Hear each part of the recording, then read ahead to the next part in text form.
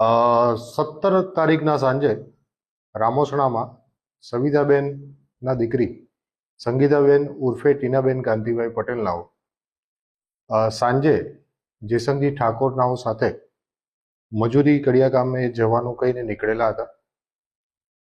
જેઓ પરત ન થતા 21 તારીખે તાલુકા પોસ્ટે પરિવાર દ્વારા જાણ કરવામાં આવેલી કે અમારી દીકરી સંગીતાબેન નાઓ જેસંગજી સાથે નીકળેલી છે ને અત્યાર સુધી પરત થયેલી નથી.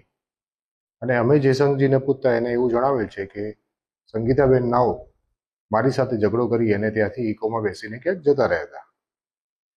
સદર અનુસંધાને 21 તારીખે જ્યારે તાલુકા પોસ્ટને જાણ કરવામાં આવે છે ત્યારે 19 તારીખના રોજ રાત્રે 10 વાગ્યા આસપાસ તાલુકા પોસ્ટને જાણ થતા કે બુટાપાલડીની સીમની અંદર તળાવમાં એક અજાણી સ્ત્રીની લાશ તરતી મળી આવે છે, જેનું પેનલ ડોક્ટર દ્વારા પીએમ કરવાની કાર્યવાહી કરી એડી નોંધીને તપાસ ચાલુ હતી.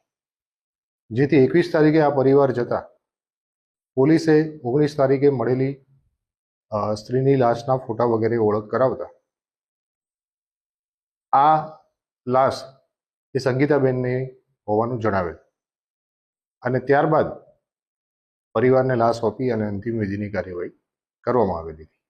પોલીસ દ્વારા સદર બનાવના અનુસંધાને જેસંગજીની સાથે એ ગયેલા છે એવી માહિતી મળતા પોલીસ દ્વારા અલગ અલગ એંગલથી તપાસ ચાલુ કરેલી, જેમાં આજરોજ પરિવાર દ્વારા આ જેસંગજીનાઓ એમને 17 તારીખે મજૂરી કામે લઈ જવાના બાના હેઠળ બુટાપાલડીની સીમમાં લઈ જઈ અને કોઈ કારણસર એમને તળાવમાં ડૂબાડી અને એમનું મૃત્યુ નિપજાવેલ છું એ રીતની ફરિયાદ આપતા પોલીસ સ્ટેશને ફરિયાદ નોંધી અને આગળની તપાસ પીઆઈ AR પટેલ નાઓ ચલાવી રહ્યા છે. આરોપીને અત્યારે હસ્તગત કરીને પૂછપરછ ચાલુ છે અને પૂરતા પુરાવા મળતા એની અટક પણ કરવામાં આવશે. આરોપીએ કોઈ કબૂલાત કરી હોય તો કેમ તપાસનો વિષય છે, ચાલુ છે. સર, એની માતાએ એમ કહે છે કે 2 જણા છે તો એક બીજો પણ આરોપી છે કે એટલે અત્યારે પોલીસે એને હસ્તગત કર્યો છે. તપાસની અંદર એના રિમાન્ડ પણ લેવામાં આવશે. અટક કર્યા બાદ જો કોઈ હકીકત જણાશે તો એ દિશામાં પણ પોલીસ તપાસ કરશે. જેસંગજીની જે ઘટના સ્થળથી બુટાપાલડીના તળાવ આગળથી ટેકનિકલ કોઈ પુરાવા મળ્યા છે એ હજુ અમારા પીઆઈ તપાસ કરી રહ્યા છે. એ રીતના ટેકનિકલ પુરાવા હજુ સુધી કોઈ જણાયેલા નથી. મળશે તો કહેવામાં આવશે. ફરિયાદના આધારે જ હત્યાનો 310 ગુનો નોંધવામાં આવેલો છે. અકસ્માતે મોત છે કે હત્યા છે હજુ પૂરવા નથી.